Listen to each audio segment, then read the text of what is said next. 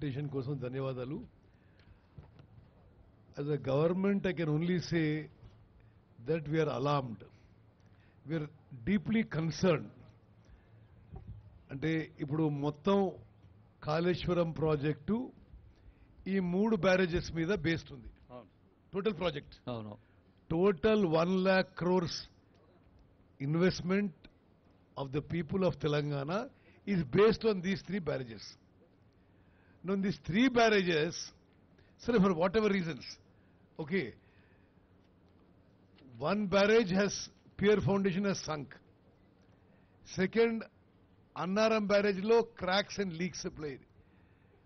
So ipudu now see about the investigation, inquiry, the judicial inquiry, repair work. What is of serious concern is ఇది ఇప్పుడు black 7లో discover అయింది, other బ్లాక్స్లో investigation అవుతుంది.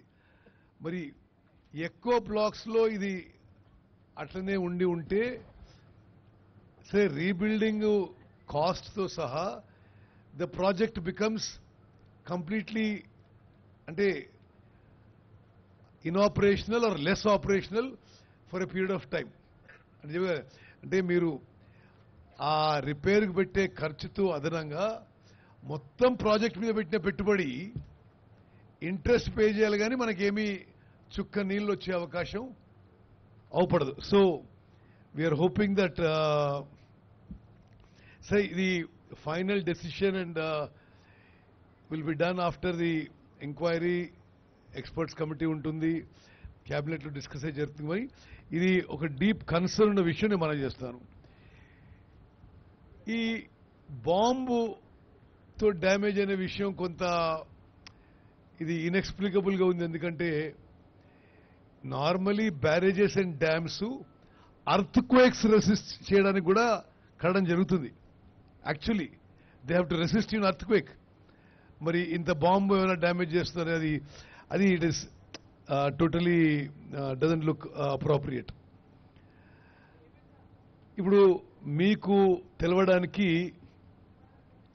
Total project cost of Kaleshwaram is approximately 1,27,000 crores as of now. Okay, మరి అది ఇంకెంత పెరుగుతుందో we'll have to see as it goes along.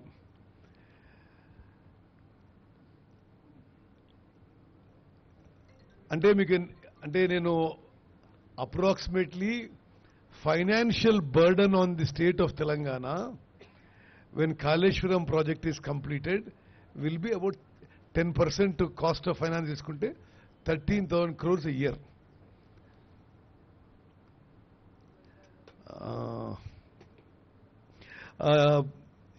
ముదిరా గారు, ఇప్పుడు మీరు 3,000 కోట్లు